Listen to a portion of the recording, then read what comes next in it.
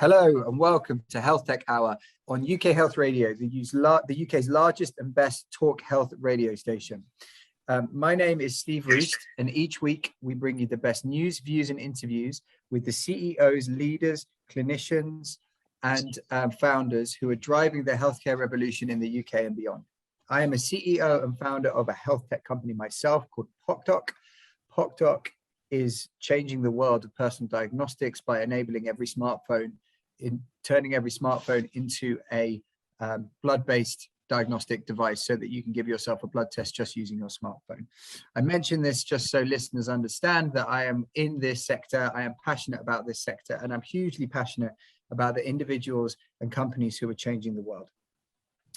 Please make sure you follow the show, which is at HealthTech Hour on the socials. Please also follow me, it's at Steve Roest CEO. And please follow the station, which is at UK Health Radio, to stay on top of all of the content that we've got going up. The station itself has a huge number of presenters, all of whom are extremely talented, all of whom making really unique, really interesting shows. So be sure to check them out. Hello to everyone listening live on ukhealthradio.com or Sonos.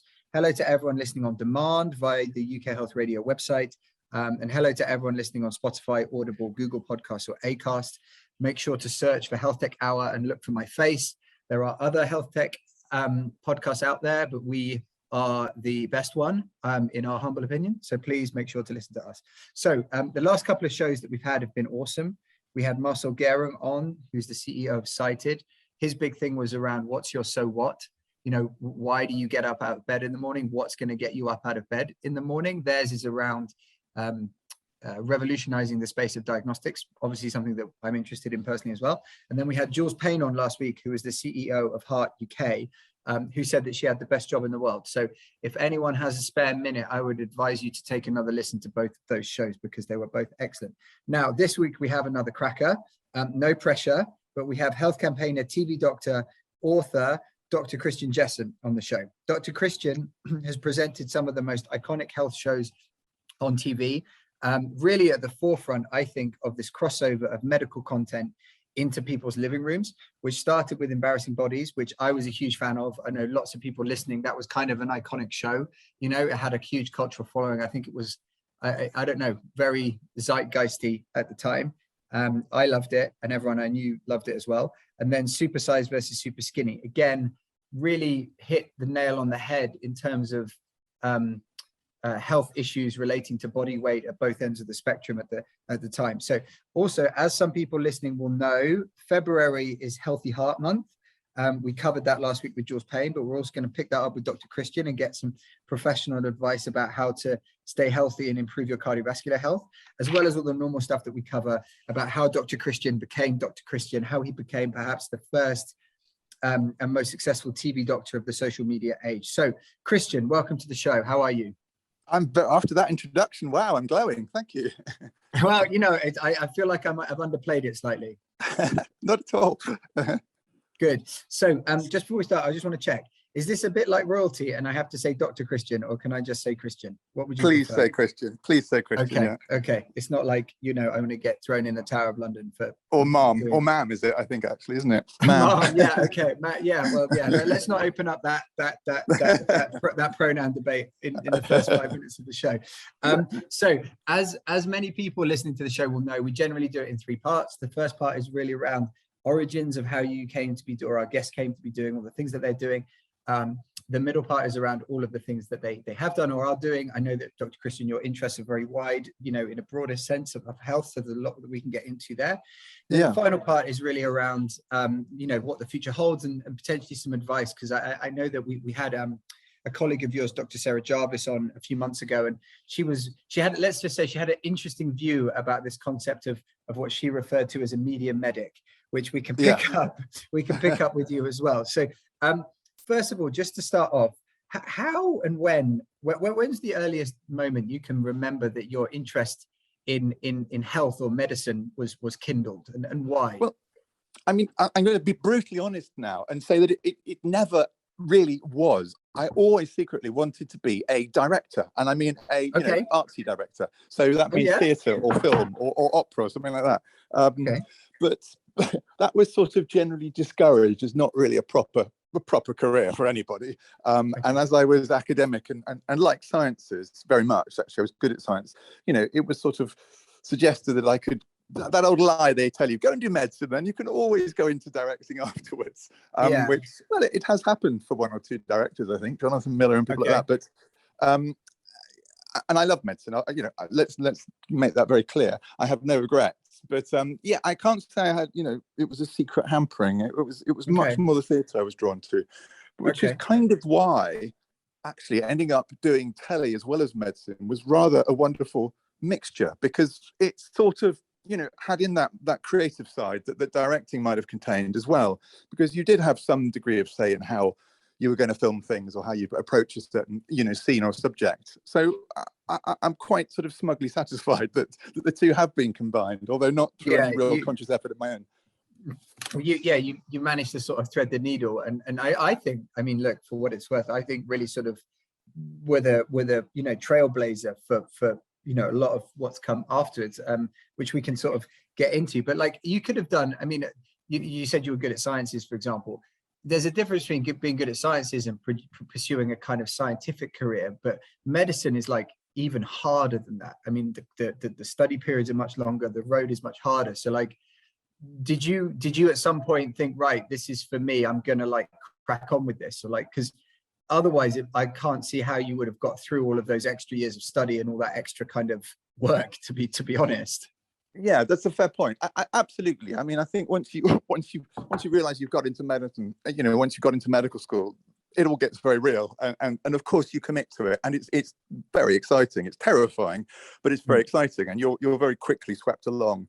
And I think this is what all those teachers and parents who were persuading you to go into medicine knew all along. There is no real side view of anything else. Once you're in, and that's good in a way. As a slight sideline, I was always terribly impressed, actually. They were always sort of very frowned upon, but the people that decided it wasn't for them and stepped out, that was a huge deal, as you can imagine. You can imagine parents sort of tearing their hairs out. But of course, what you don't want is someone who really doesn't want to be a doctor being a doctor. I don't think they'll make... So the people that dared do that, I was always very sympathetic for and very impressed by. But anyway, that wasn't me. I enjoyed it very much. I mean, it was difficult. I had a lot of issues with the way it was taught and things, because it was quite a long time ago now, and it was still taught in a very sort of... Bullying is probably quite a strong word, but certainly sort of ritual humiliation happened, on the wards. Right. You were made to feel very small and very stupid. Was it almost a bit like a kind of hazing type thing? Kind of. I mean, this was more consultants who I think, and I certainly thought, should have known better, trying to sort of assert their superiority over us poor little students. And I used to think, what on earth is the point of this? What am I getting out of this, apart from deciding that I don't like that person and therefore I don't like their speciality, which I thought was rather a shame. And actually, that formed a very important part, really, of who I am now, and certainly what I went on to do, particularly on telly, which was to decide I was never going to be like that. Or make sure that medicine was open, down to earth, familiar, friendly for everybody, whether you were a trainee or patient, whatever you were, because it affected me so much. I'm a sensitive soul, and I think that sort of embarrassment is it's unpleasant for everyone, but I particularly disliked it. And of course, I won't be the only one. There'll be plenty of students who really struggle with that sort of thing, and it's unnecessary. And I don't think it happens anymore. Yeah, I was going to say, I've not been to medical school, but our interaction from being a founder of a health tech company and speaking to doctors and things like that, I think it may have changed. I'm sure there's still pockets, but I don't know. Do you think it's the same or different? No, I think it's definitely. I just don't think you can get away with that sort of thing anymore. Which I'm very pleased about.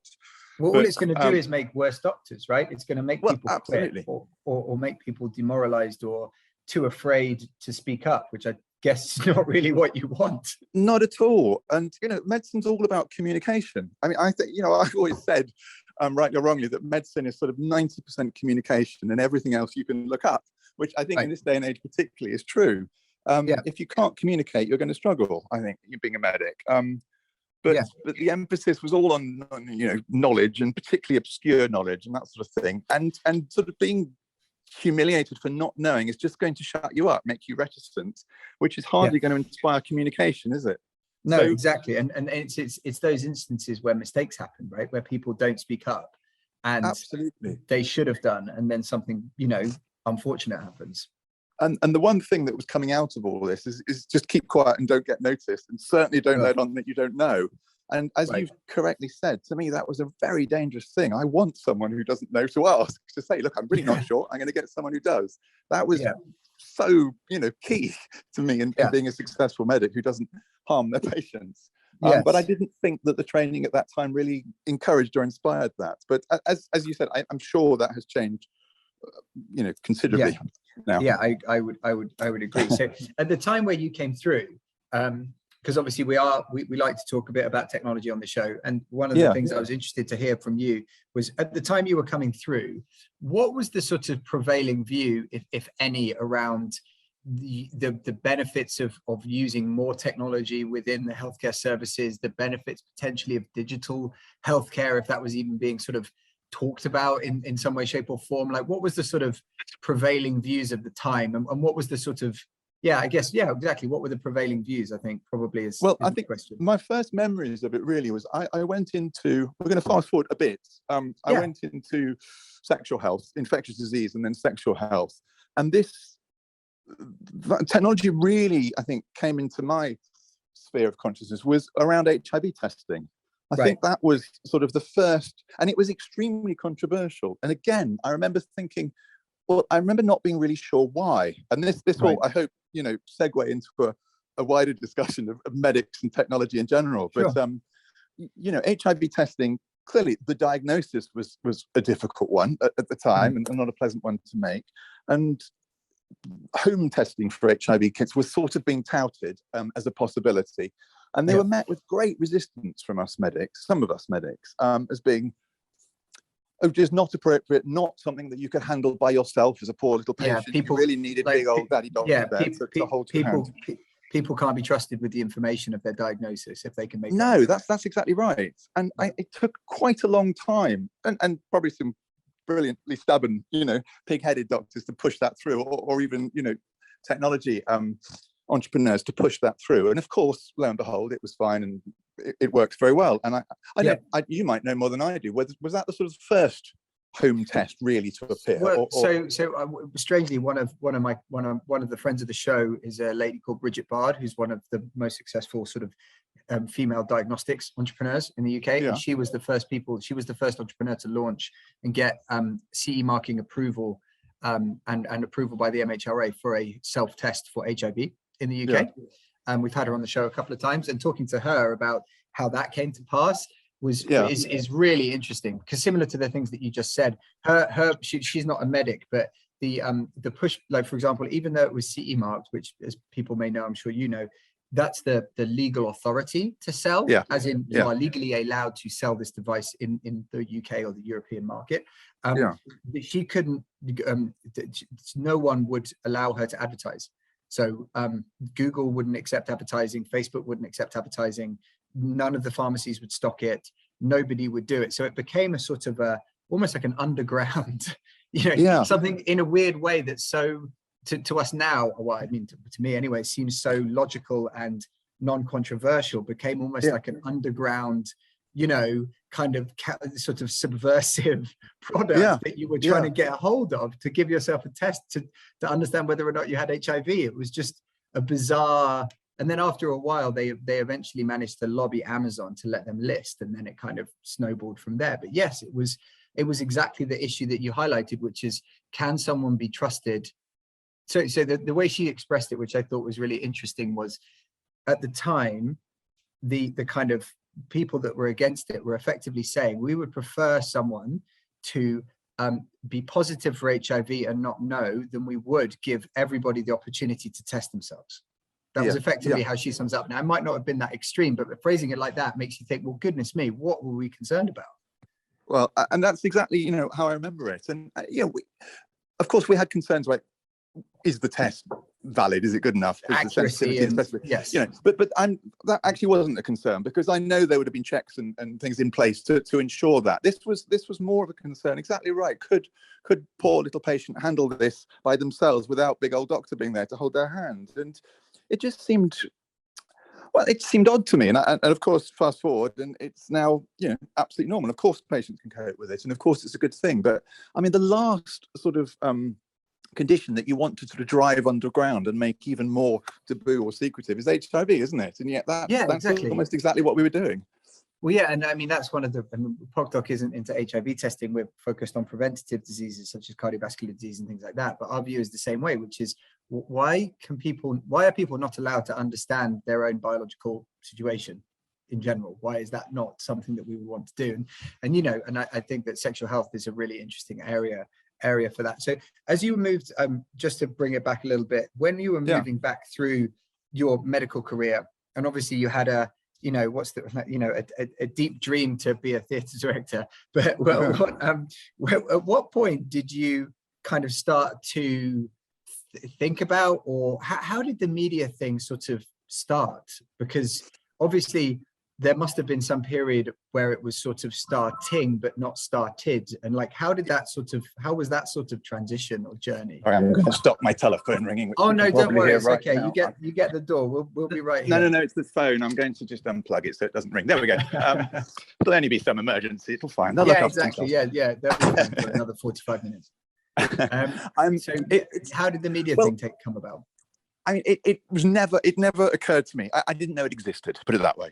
It wasn't an opportunity for me that I thought was possible. It was purely luck that I was working for a doctor in a clinic, sort of at the weekends, I think. It was a private practice, doing sexual health testing. And he used to give interviews and things on subjects like HIV testing and things like that, but he really didn't enjoy it. For some, in the media world, once they have your phone number sort of thing and your name, it quickly passes around everybody and you are the go-to person for giving quotes. Okay. That's how it used to happen anyway. And he was that doctor, but he really didn't like doing it, which was sort of sweetly ironic. And he sort of pushed them over onto me. And I thought, well, that's fine. I can tell a journalist that I think this is all right, or that's all right. I started doing that. And obviously someone had a half a finger in the telly world, and thought, well, he can string a sentence together. And I think at the time there weren't really any medics who were being, I suppose, as forward as I was, just talking generally about medicine. It was still I've always sort of likened it to the magic circle. We were very secretive, right. Closed doors, almost with a secret handshake. There was us and them, medics and everyone else. Yeah. And actually, that probably stems, thinking about it, going back to medical school. The medics were always separate. We were always the sort of wild ones with our own clubhouse and that sort of thing. Yes. We were always sort of felt to be different. So I don't think it's entirely our fault that we sort of segregated ourselves off from everyone else, but that's how it was. And I sort of thought, well, I didn't think this was right. I thought we're only people and we need to be able to communicate and relate to our patients in the best possible way. So being these sort of aloof, bow-tied, bespectacled super beings who gaze down on everyone else really wasn't ideal for that sort of a doctor-patient relationship. So I did used to speak to the media, and I think the very long version of the story, was simply that my name got put in front of someone who was sort of thinking about doing a telly show. And actually, this was long before Embarrassing Bodies. This was a show that I hope you will never, ever see, and you'll never have heard of. It was, of course, everyone will Google it now. It was called Sex in Court. It was called Sex in Court. And it was actually, I think, rather brilliant. And it tickled every bit of me that could want to be possibly tickled, because it was couples took each other to a sort of mock courtroom with a real QC actually sitting, and a jury of the general public. And they would take each other to court over sexual issues. Amazing. So, and I'm not going to be too graphic because I've got no idea of sort of our restrictions on this TV show, but I'm on this radio show. But you can guess the sort of thing. She won't do this to me, or I'd like her to, Yeah, but that was light years ahead of its time. It was light years. That's actually very. I mean, that could get commissioned right now. Absolutely, it could. It's so good. In fact, I don't know why it hasn't come back, because it was so fun, and it was we filmed it in a real courtroom, wonderful old sort of those wooden panelled courtrooms. The real QC, so clearly knew what she was doing as far as the way courts should be run, and I was the expert witness. So I was called to give graphic opinions on what it is that's being discussed and why it's good, bad, or whatever. And right. as you say, it was so groundbreaking. And you had couples, talking about sex, which you didn't really have in those days. You had me explaining things quite graphically, which you hadn't really seen before on telly. And you had this, very po-faced but wonderful QC sort of offering these hilarious opinions on it all. And passing judgment. And it was wonderful, actually. It only went to one series and then it didn't come back. But I'm going to make I'm not in the business of making predictions, but I'm saying Sex in Court's coming back. I mean, that could get commissioned right now. Anyway, we're going to stop for a quick commercial break and we will be back with Dr. Christian Jessen for more information. We're going to get into more around embarrassing bodies and how all that came about and talk a little bit more about technology and things like that after this short break. So we'll be right back.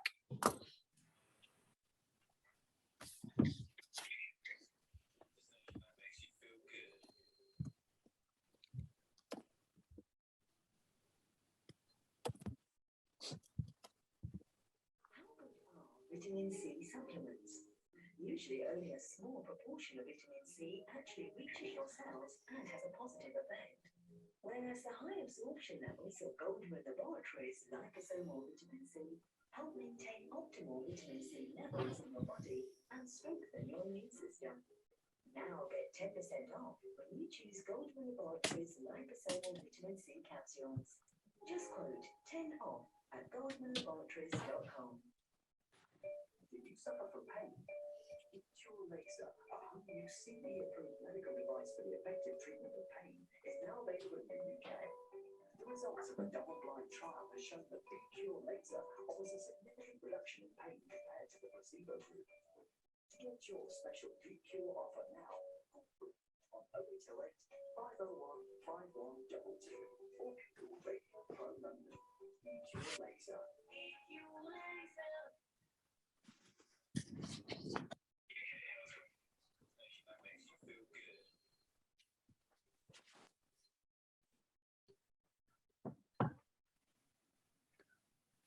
Welcome back to this week's HealthTech Hour with Dr. Christian Jessen, health campaigner, TV doctor, and author. So before the break, we were talking about your forced foray into the TV world with a show which I have to believe is going to come back in some way, shape, or form, just purely because it just sounds incredible. But how did you? Let's move to like embarrassing bodies and how that kind of came about, because that really became a cultural phenomenon. I think. I mean, for me, it was the first. It was the first moment where I can remember real taboo and borderline taboo, medical issues being not just discussed on television, but displayed, and actually the individuals with them talking about them in a very open, non-stigmatized way. It was so important. And I have to say, without harping on about it, but I think Sex in Court for me, it was so important that had happened, because I think if I'd gone straight into embarrassing bodies, I would have been very, very nervous, and Sex in Court kind of was my trial by fire. I'd done it and I thought, well, I can't really get any more graphic than that. So going on to do embarrassing bodies wasn't that big a deal, actually, because, for obvious reasons. But it was sort of designed by this very wonderful commissioner at Channel 4, who I think was way ahead of his day, probably. I think probably had a finger in the Sex in Court pie, I suspect, because it seemed to be this sort of thing. The flavour, it's got the same sort of flavour about it. But it was so important. We got, they had the two girls, they had Pixie and Dawn already, and they were struggling to find a male doctor. They couldn't find a man, ironically, couldn't find a man who could string a sentence together and do two things at once. Okay. No problem with the women, of course, but couldn't find one of us. And again, I think someone had seen me doing Sex in Court, or my name got passed, and I was asked, would I like to come and have a chat with the producers about this? And still, Sex in Court was just something I did because I was asked to fill in for someone, and I did that. It still hadn't really registered that this was a real thing, a proper thing. Sorry, just to jump in. And at this point in time, are you still? You were a GP, or what? You were still practicing? No, I was still training. I was still doing infectious disease, hospital medicine. Training through infectious disease and sexual health. So these things were all sort of, dangling on the sidelines in my periphery as sort of fun alternative things that who knew that embarrassing bodies would go any more than one show or something? You had no idea. You certainly didn't really know what it meant or implied, in the long term. So I tended to say yes to things more than I said no to things. Well, I think that's a good life lesson. I sometimes. Yeah, I mean, to a point. So, you know, I met the producers who clearly, when they saw that I wasn't, and hey, my sexual health training was great for that, because I wasn't embarrassed about talking about willies or anything, you know. It was normal for me. And I think that was very important. If you had a doctor that ever looked in any way vaguely embarrassed, it would have destroyed the show, you know. No, exactly. The show only works because, well, no, sorry, the show doesn't only work. That's a ridiculous statement. One of the elements of the show that was, I think, groundbreaking was, and this, I think that this happens when you go and see your GP behind closed doors, or your healthcare practitioner. If you go to a sexual health clinic or whatever you do, they are very matter of fact, and they don't treat you in a stigmatized manner. But having that played out on the big screen about issues that, you know, are either not talked about or swept under the rug or have jokes made about them or whatever it normally is, I think was really groundbreaking. I agree, and we were a really good team. The three of us doctors, I was introduced to the two ladies. We met in a bar, and they won't mind me saying this, they got thoroughly drunk. I mean, thoroughly, disgustingly drunk. And that was quite nice, actually, because my big fear was, remember what my training had been like. You know, my big fear was these are going to be two doctors who are all about, you know, looking the best and bit backstabby and always weren't going to help each other out. It was always going to be fighting for the mirror. And it couldn't have been further from the truth. We got on so well. It was, those sort of fears were all allayed, I think. And that, again, to use your statement, one of the reasons why I think it worked was because of that. There was no sort of one trying to outdo the other or anything like that. We weren't competitive. And it was just about making a good, interesting, open show. But can I ask a question just more from a practical perspective? Of course. Like, how did because you went to all of these different, anyone that listening that is not aware of the show, go check it out. I'm guessing there's a whole bunch of stuff on YouTube, or listen again, or watch again. I mean, or, you know, E4 or whatever, where, I mean, it's there more for, you used to go to lots of different locations, I think, in generally every show. It was like a pop-up clinic where people came in and they agreed to effectively be filmed in all their glory as to what they were discussing. And so was it literally as it looked? You pitched up and then you just put your shingle out. It really was. It was like that. It really was. I mean, okay, I'm doing the production team a real disservice. There was a lot of sort of background and a lot of flyering and seeing what sort of people, because we had bigger cases and smaller cases, and the bigger cases we wanted to sort of tee up beforehand, make sure they were suitable from a psychiatric point of view, as well as from all sorts of other points of views, from compliance point of views, which is all the sort of legalities that goes on behind. And that bit we kind of you don't really see that bit when you watch telly, and you don't really think about it, but it's a huge and very important part. One of the criticisms we used to get that would really irritate me beyond, I think, all others was this sort of criticism of voyeuristic and exploitative. And I used to think, oh my goodness. Really? Well, it's so lazy. It's such a lazy criticism. Any telly is voyeuristic, isn't it? But this word exploitative, I had a real problem with, because the sort of extensive checks that these patients were put through, the longer cases, you know, that would get fully followed up before they were allowed anywhere near us or a camera. I just wish the public saw that a bit more, because I think it's really important, and it was very reassuring for us. We as doctors didn't want to be responsible for exploiting anybody, you know, at all. We were very concerned about that. But I think that's kind of, I think that's off the mark for a few reasons. So like, this would be my take on it. Ultimately, anyone that came on that show came on because they had a health concern, fundamentally.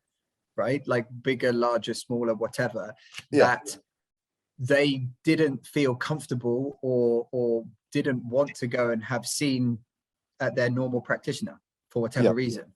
So, and we see this all the time, where, you know, we'll go to a workplace and offer cardiovascular screening, and people will pop their head in. They won't book in advance, because even though the flyer got sent around 100 times, they just won't book in advance. No. And then they'll pop their head in, and then you'll test them, and then you'll find something, and they'll be like, oh my goodness, I just never thought to do this. It's only because you were here and I thought I would get this checked. And like, I actually think that it's the opposite of exploitative. I think it's actually going to, and you can, well, I don't know what you think, but thanks to COVID, there's now a huge drive to take healthcare out of the surgery, right? Absolutely. For economic reasons and for staffing reasons and for all, all the long-term plan reasons, all that stuff. It has to move out of the surgery and actually almost like into non-clinical community locations, right? Well, I like to claim, being somewhere at the forefront of that, because I think that's what we did. Of course I'd claim that, but that's what you were at the vanguard of the long-term plan. You were like, I'm going to say that anyway. So, but we were. There's proof on the telly. We were going out there, rocking up, and just allowing people to turn up with anything. And we genuinely, didn't know what we were going to get for the real walking cases at all. It could have been anything and everything, which again initially was terrifying for us, thinking, God, what if we don't know? But but that's, I think, where we miss a trick, where possibly the NHS misses a trick, is sort of trying to encompass that more, because you're absolutely right. People don't tend to book ahead.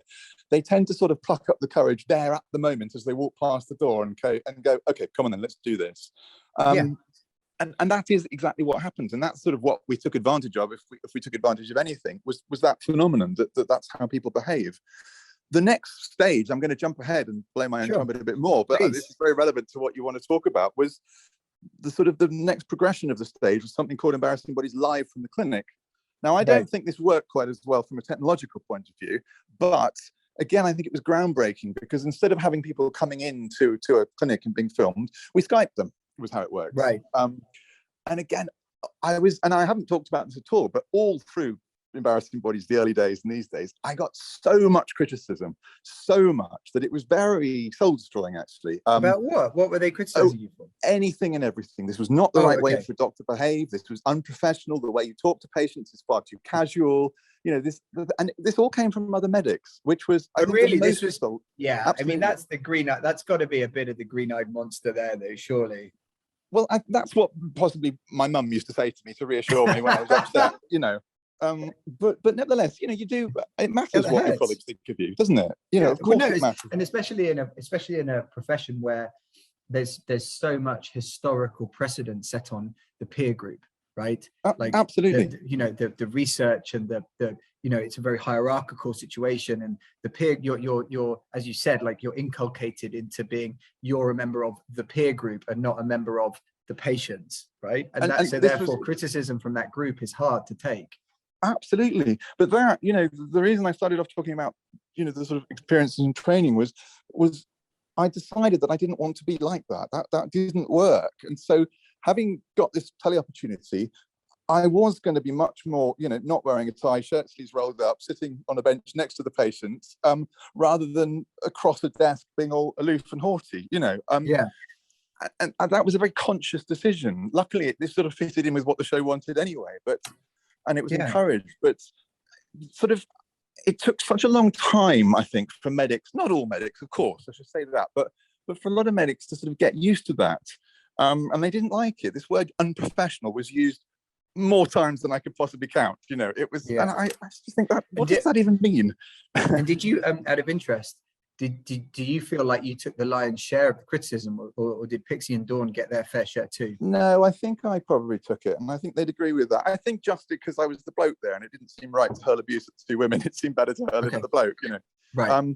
They might I don't think they disagree with that, but also I think I think probably they were slightly better behaved than I was. I think I was more casual, consciously more casual at times, and certainly I used to talk about probably the slightly more graphical, controversial things more, and so that probably invited more criticism. But that's fine, because I'm going all over the place with this. Sorry, but no, it's good. It's all good. We were talking about life from the clinic, which was, we were doing Skype consultations, and again, in came the criticism that you cannot see a patient by a video. Yes, I love what happened to the laying on of hands? The laying on of hands, the touch is so important. My God. Which I agree with to a degree, but it's not necessary, and not all patients want it. I think one of the biggest. Yeah, I agree. I think one of the biggest things, obviously, the last 24 months has seen a huge, a revolution in primary care, particularly, obviously, because no one could go and see their GP, and so everything became virtual. But the biggest thing that I heard, around virtual GP things was like, patients don't want it, and I was always like, that's just not true. Like, that's just, you can't make that statement in such a generalized way. There are definitely some patients that definitely don't want it, for sure. And there will be some patients with certain conditions that definitely don't want it. And it doesn't lend itself to every condition. But you can't just say it's not the right thing for all patients. That's crazy. Absolutely, you can't. And coming from sexual health, I know how nervous and terrified and embarrassed patients are with anything vaguely sexual. Is a big deal. So the fact that a patient has walked through the door is a huge deal for them. You need to acknowledge that. But if they could have perhaps had a phone call with someone first, or a little video consultation where you don't have to look anyone in the eye or whatever, you can do so much good in that short time. Even if it isn't a diagnosis and a treatment plan, it's a look, it's not that bad. I'm all right to talk to. Why don't you come in next week and we'll take this a little bit further? And that nearly always works. And I think particularly in light, I mean, I think this was happening before COVID, but it's definitely gotten worse. But the reduction in funding for sexual health clinics, sexual health services, is quite significant, right? Problem. And I don't understand it, because it's not like they're going away. We may have had a bit less sex during COVID or not. The research is still pending, but it's I don't understand that. But so there we were, sort of doing these Skype consultations and getting absolutely slaughtered by other medics. I don't think it happened well. I don't think the shows were great because the Skype picture wasn't great at that time and all the rest of it. Yeah, but that again must have predated a lot of the general virtual GP companies, or it must have been around long before, right? Yeah. It was before that, right? It was long before. Yeah, it really was. And I'm quite proud of that, because I think it did pave the way for people who probably saw it and thought, well, we could certainly improve on that technology, but we're not trying to broadcast it live. Because the other thing was, this was live. It wasn't just seeing them by Skype. It was live seeing them by Skype. So you can imagine the technology issues that happened. Oh my goodness. So we got very good at doing live telly and dealing with problems. That was the other thing. But it was it was very groundbreaking. And the fact that people, that is groundbreaking. You do feel comfortable sitting on your own sofa, surrounded by your own things, don't you? Talking to someone. It's like, there's just a bizarre. Some of the arguments that you would hear for me against video GP consultations were just bizarre. Like as if you're arguing that people want to take time off work to go to the GP, to pay to park, to sit in the surgery for where it's like, no, they don't. Some people might want to, but a lot of people don't want to do that. No, or can't, and all the rest of it. Yeah, exactly. And so I think it's more us medics trying to protect our jobs, keeping us sacred. At the end of the day, I think at the end of the day, you're always going to need you need a clinician, you need clinical judgment, but the channel that is delivered through could be varied. It could be in person in the community. It could be in person in a clinical setting. It could be virtual. Ultimately, you need a clinical judgment, right? You can't. I don't think that's going to get taken and no away. one's suggesting there shouldn't be any. That's I think misunderstood. But if there was a silver cloud to the COVID, a silver lining to the COVID cloud, I think it is that it has shown very successfully that, of course, you can do video consultations and phone calls and virtual medicine very successfully. And it is wanted, and it is needed. It has a real place. So. I don't want to say if there's a blessing out of the COVID thing, but that's a good thing to come out of it, I think. But it took its time. And why did we need a pandemic to sort of coax us medics into embracing this sort of technology? That's frustrating that we're so slow to do this. And I'm not sure why that is. I don't know. Look, I'm not a medic, so it's hard for me to talk from inside the tent. I think with any it might be different in an in a healthcare system which isn't nationalized, potentially, or not, I don't know. And then also the issue obviously with healthcare is the risk is extremely high, right? So if there's if you make the wrong decision or do the wrong thing, then the risk of something bad happening is a lot higher than in lots of other industries. And so trying to get people from moving away from what they know works is moving away from something that people know works is just by definition a risk.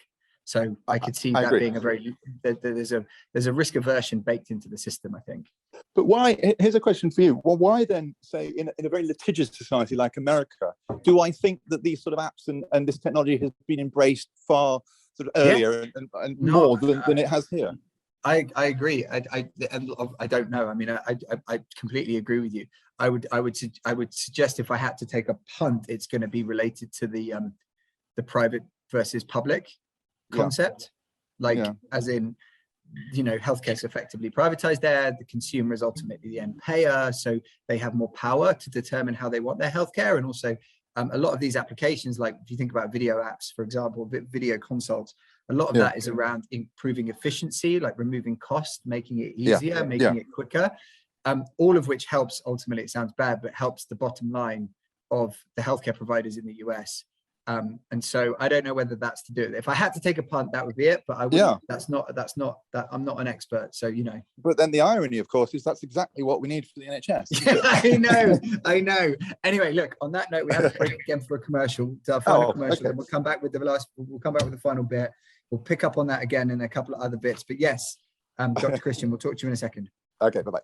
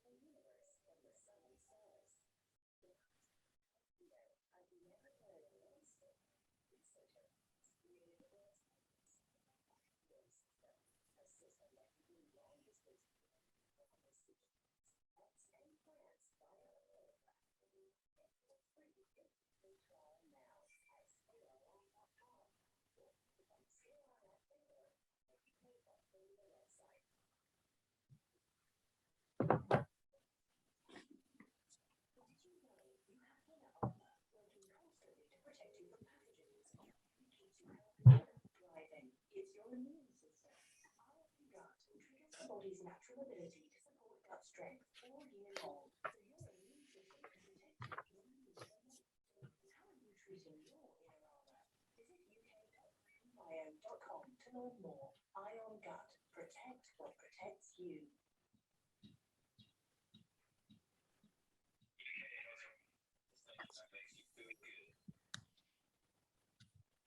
Hello, and welcome back to the final part of this week's HealthTech Hour with Dr. Christian Jessen, TV doctor, health campaigner, and author.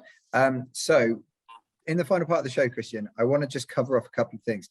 So the first is like, how do you feel like this concept of a media medic or TV doctor has evolved from, you and Pixie and Dawn, who have all gone on to, all three of you have gone on to do all kinds of different media work and TV work, some medical, some not. But like, how do you think it's sort of evolved to now? Generally? Well, I obviously didn't hear what. Sorry, go on. Sorry, I was just, I didn't hear what Sarah Jarvis said, Dr. Sarah Jarvis, but I suspect I know that it's always used as a sort of slur against us. I've found anyway. I mean,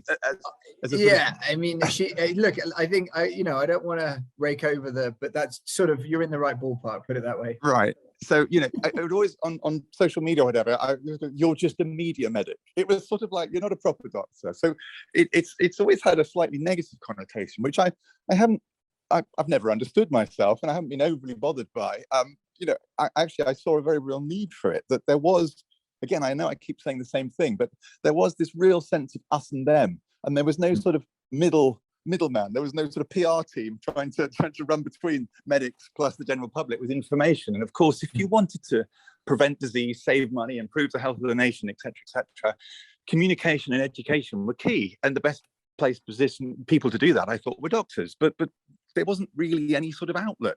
And then we came along and we got given these opportunities of telly shows and things, and suddenly there was an interest, and you could write in magazines or talk on radio shows, and it was so important. But quite again, and I know I'm being very rude about my colleagues, and I shouldn't. No. But again, the sort of the media medic thing was sort of sneered at by a lot of medics. As a sort of lesser being, as a thing you shouldn't really do. It was frowned upon. But I didn't understand that. I think it depends it must depend on your view of why you became a medic almost. It's like, are you looking to just see people in a clinical setting, or are you looking to try and engage with people and help them improve their health in a broader sense? All of those things, yes. Right. All of those right, things. or all of the above. Why does it have to be mutually exclusive, right? Well, quite. Why aren't they all important? I think you educate your patients individually about things. Why not educate them en masse about things, save time, which is sort of what media medics do. But up until, again, along comes COVID. Well, okay, I'm going to be really rude, and I apologise in advance for this. But just as long as it's not swearing, because Johan. No, there's no swearing. But because medics are always rude about me, I'm going to be rude about them. You've seen how some healthcare professionals or scientists aren't the best communicators when they're stuck in front of a camera. I've noticed, yes. Okay, so so it is, I think, quite a skill to be able to engage an audience and educate them about quite tricky subjects, and not all of us are that good at it. So, clearly, if you can string a sentence together and engage people, you're quite valuable, and perhaps you should be stuck in front of cameras. So I didn't name any names. Each to their own. But to your point, if you look at someone like again, I'm not saying I agree with everything that you have to say, but if someone like Sir John Bell, I don't know if you saw him over the crisis. Yes, he is an extremely effective communicator. Again, not sure I completely agree with everything he actually had to say content-wise. Extreme. I do some. I mentor. So what's very common in startups that are technical, so have spun out from universities or whatever, is that the founders are very, very technical people, and they're not normally necessarily the best communicators. So I do some mentoring, and so John Bell is actually one of the people that I show up to them and say, well, look, this man has obviously got hugely impressive scientific credentials, but he's also a phenomenal communicator. Which sort of to your point. And it's quite rare, actually, and I think you go into research perhaps because you don't want to be communicating with people that much. That's a sweeping generalization, but you know what I mean. But I don't think you can get away with that anymore. I think scientists are often required to present their data and show their research and communicate. It's important. So that was a branch of medicine that didn't exist. This sort of the public face of medicine. I don't know what you call it, the PR of medicine or whatever. Well, and certainly not about conditions or problems that had previously been considered to be taboo, or that you didn't talk about, and that certainly had never happened. No, absolutely. So quite why, again, it's used as a sort of sneering slur, really, this term media medic, but to me it was very important, and there were lots of opportunities. And no, we're not all in the pay of big pharma. We do have our own opinions. I'm not sure. You'd be hard pressed to find who. I mean, if you look back at embarrassing bodies, you'd be hard pressed to find a pharma company that I'm not sure anyone would be, and any big pharma was behind that one. There's going to be like paying you behind the scenes for anything. Not at the time. I'm still itching literally to do an advert for Anusol, but I've never been asked. Yeah. Do you know what? Ironically, no, I'm not kidding. My aunt was the face of Caniston for like 5 years.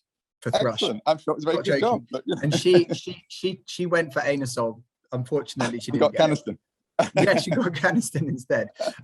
Anyway, so what was I going to say? Let's talk about your campaigning, because I know that you support the Terence Higgins Trust, Ditch the Label, and the Battersea Cats and Dogs Home. So was that something that you kind of did alongside? Are you passionate about those things? How is that sort of interwoven into the tapestry of your life?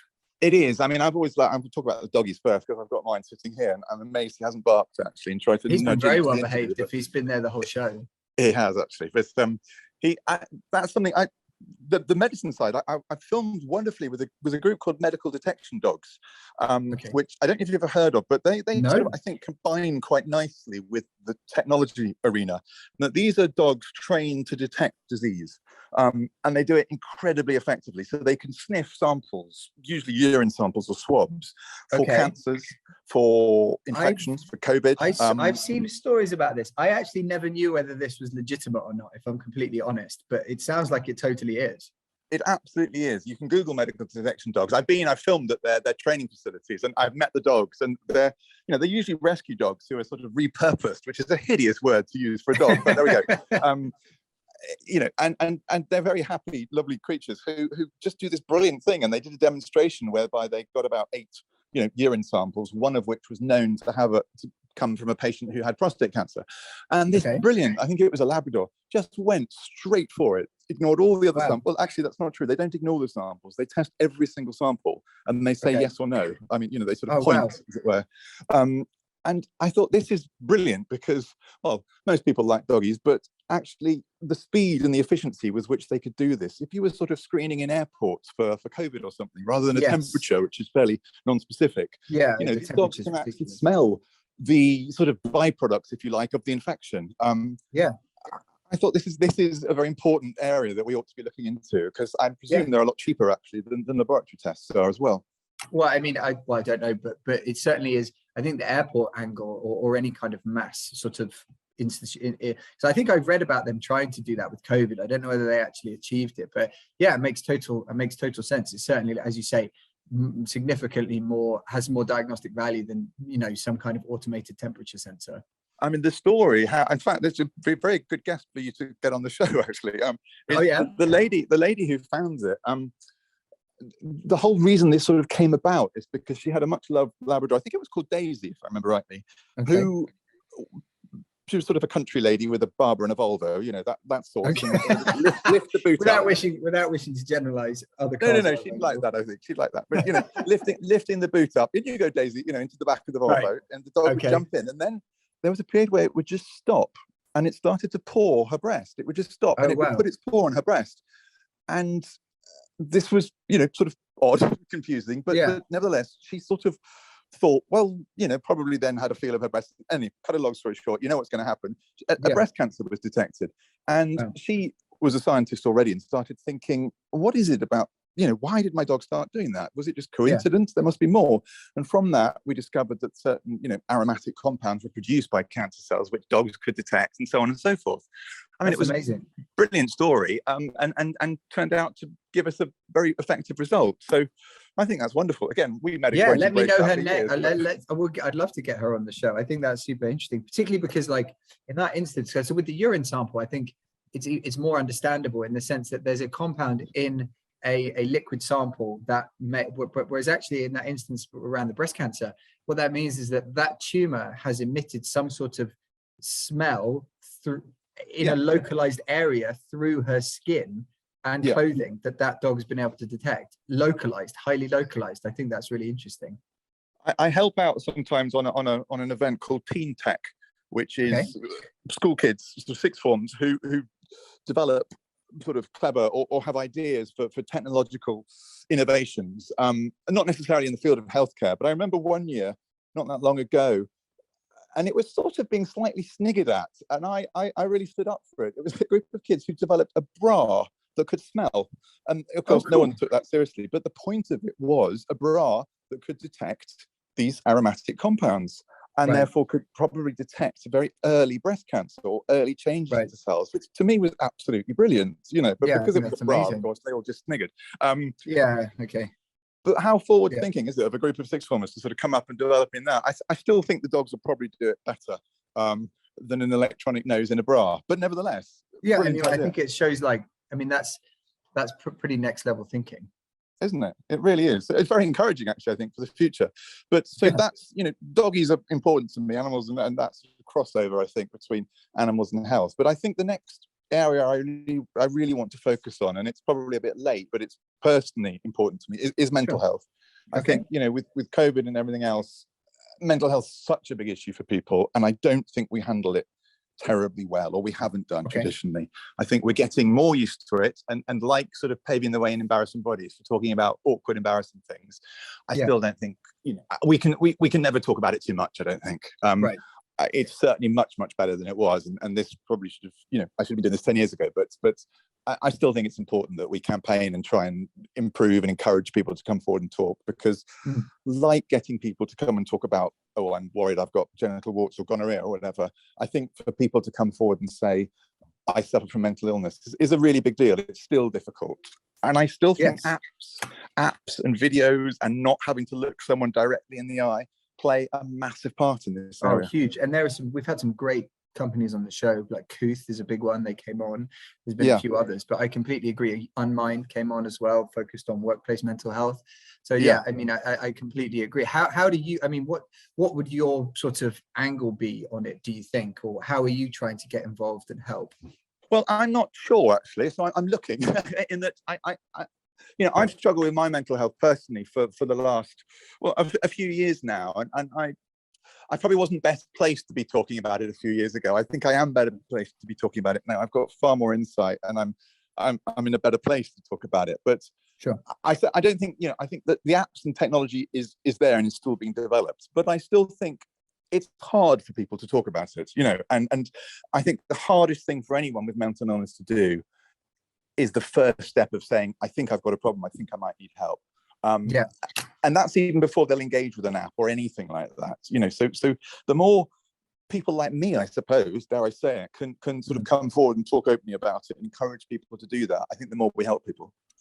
Yeah, and I think, you know, there's been a lot of examples over the last few years, particularly of men, you know, with a media profile, media platform, talking about it more openly, like Tyson Fury, the boxer. I know had a big impact, particularly given his sort of, you know, irrespective of what his sort of personal beliefs might be in certain areas, he's certainly been a huge advocate of mental health for men. And you know, given his background as a traveler and, you know, as a boxer, you know, it's not traditional for someone like to speak about those issues in that way. Alex George as well, social media sort of kingpin, has been pretty influential, I imagine. Absolutely. It's so important. And there's a danger, I suppose, of fatigue, is that we get slightly bored of it. I remember once on the HIV subject, it was World AIDS Day, and we were sort of trying to do interviews, and I was talking to one journalist, and they said, "Oh, we've sort of done HIV, really." You know? Oh gosh, what a statement. Gasping slightly, but I don't understand it, but of course I do. I know, you know, you can saturate a market and it can have a sort of a negative effect. But I think my worry also, it's slightly related to this, is these so-called influencers. Help, particularly if you go online and Google sort of health advice, the number of people sort of out there making YouTube videos with totally inaccurate and actually really quite dangerous health advice on things you should or shouldn't do is worrying. And I'm not really sure how to deal with that, but it's something I'm going to start turning my mind to. We need you back. The world needs you back in the game, Christian. Yeah, we need you. You know, you need to get your platform back. You need to come in and sort all of these people out. I do really, don't I? It is niggling at me, and I really feel it's time, because I think what's needed is that sort of cynical, skeptical, slightly sarcastic, raised arch eyebrow who goes, really, you know, a little bit more at some of these things, and trying to encourage the public possibly to question the things that they read a little bit more is really important, don't you? Yeah, I completely agree. We've run out of time. Oh, unfortunately. Right. Yeah, that was it. But no. Look, it was a great show, really great. It was fantastic to get you on, and thank you so much for talking through all of those issues and all of those subjects and things like that. It was really, really great to have you on. So thanks for coming on. My pleasure. Thank you for having me.